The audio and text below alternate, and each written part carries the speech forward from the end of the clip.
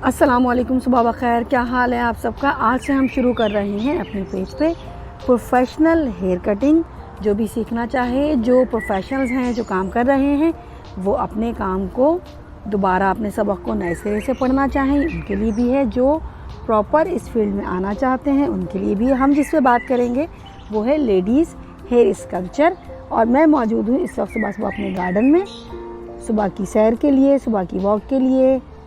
अब हम चलते हैं और थ्योरी के साथ आज का अपना सबक बड़ी मेहनत और लगन के साथ पढ़ते हैं।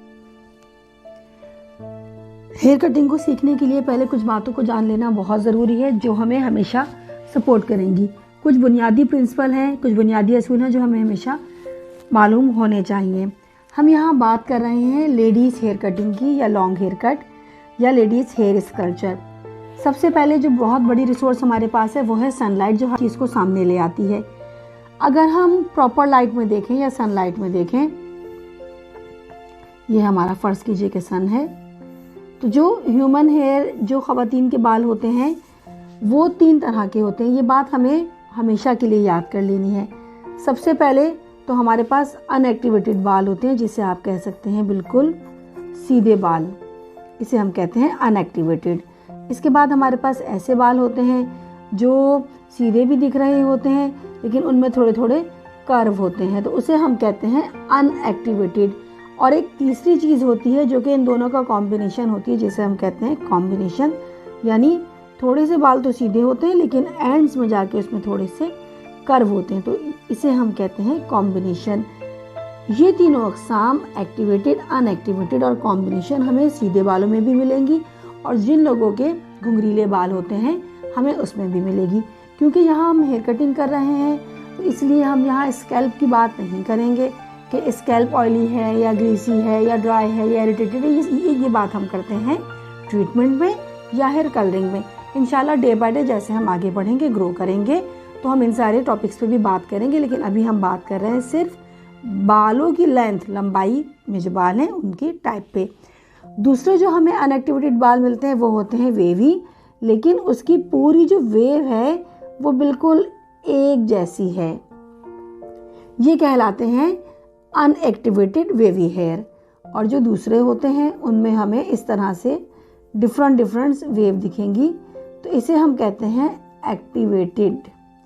और जो तीसरी अक़साम है वो ऐसी होती है कि आधे बालों में लंबे लंबे वेव होते हैं, जैसे बीची वेव, और फिर आगे जाके वो बॉटम लाइन में या एंड्स के ऊपर वो छोटे हो जाते हैं, तो इसे हम कहते हैं कॉम्बिनेशन।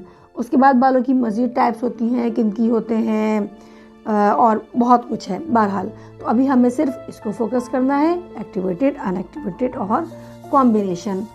इसके बाद हम देखते हैं बालों की लंबाई कितनी है, बाल की लेंथ क्या है, उसकी डेप्थ क्या है, यानी उसकी गहराई कितनी है। समटाइम बाल बहुत ज़्यादा घने होते हैं और समटाइम आपके बाल बहुत पतले होते हैं। और बाल की थिकनेस, उसकी डेप्थ, उसकी विड्थ, उसकी लेंथ, ये सारी चीज़ें आपने हाथों से देखनी है। जब भी कोई क्लाइंट आपसे फ़ोन करके कहे कि मुझे हेयर कट करवाना है, तो आप ये नहीं कहेंगे आ जाइए हम हेयर कट, नहीं कहेंगे हम बालों को फिज़िकली एनालाइज करेंगे, क्योंकि ये हम फिज़िकली परफॉर्म करेंगे, हैंड्स ऑन होगा, तो हमें इस चीज़ का ख्याल रखना बहुत ज़रूरी है। अगर ये 2 बातें अच्छे से समझ में आ गई हैं तो एक और छोटा सा टॉपिक है, उसको भी जान लेना बहुत ज़रूरी है। इसके बाद हम आ जाते हैं हमारे हेड की तरफ।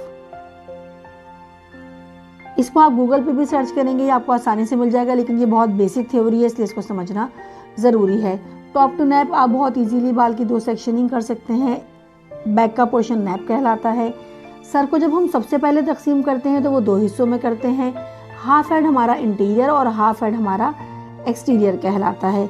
जो आपका सबसे हिल पॉइंट होता है उसे हम कहते हैं एपेक्स या टॉप।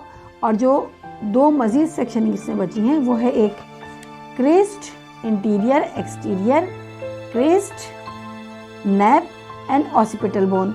ये बेसिकली एनाटॉमी है जो आपको गूगल पे, यूट्यूब पे, या अगर आप इस हवाले से, अगर आप मेडिकल के स्टूडेंट हैं या आप बॉडी पार्ट्स को जानना चाहेंगे, आप बॉडी पार्ट्स को खोलिएगा गूगल पे, तो ये सारी हिस्ट्री, ये सारी थ्योरी आपको वहाँ मिल जाएगी। लेकिन क्योंकि हम सर पे परफॉर्म करेंगे, बालों पे परफॉर्म करेंगे, तो ये हमें जानना बहुत ही ज़रूरी है। इसके बाद इसको थोड़ा सा और पढ़ लेते हैं। जब क्लाइंट हमारे पास आता है और कहता है कि मुझे हेयर कटिंग करवानी है, तो हम हेयर कट को उसके बॉडी पार्ट्स के साथ देख रहे होते हैं।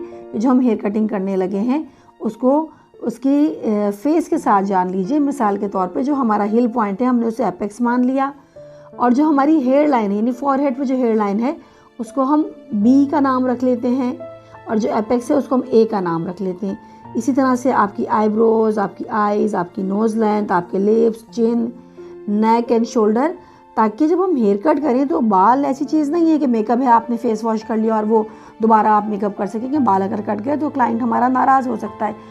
हम उसे इन डिटेल बात करेंगे। इन डिटेल बात करने के लिए हमें इसे समझना होगा कि क्लाइंट क्या चाहते हैं। यानी अगर वो कह रहा है कि मेरी कटिंग आप लिप लेंथ पे कर दें, तो आप उससे पूछेंगे अपर लिप और लोअर लिप। तो इस एक्सरसाइज के ज़रिए हम क्लाइंट से बहुत अच्छे से बात कर सकते हैं, हम बहुत अच्छे से कम्युनिकेट कर सकते हैं, जो हम करना चाहते हैं उसे एक्सप्लेन कर सकते हैं। यकीनन आपको हेयर कटिंग सीखने में इससे बहुत मदद मिली होगी। और अब हम चलते हैं प्रैक्टिकल की तरफ। पूरी दुनिया में जो हेयर कटिंग सिखाई जाती है वो बॉल हेड या यानी कहना चाहिए कि हेड मैनिक्विन पे सिखाई जाती है। फिज़िकली और लाइव परफॉर्मेंस नहीं होती। तो सबसे पहले हम हेयर वॉश करेंगे और उसके बाद हम स्ट्रेट हेयर कट की तरफ जाएंगे।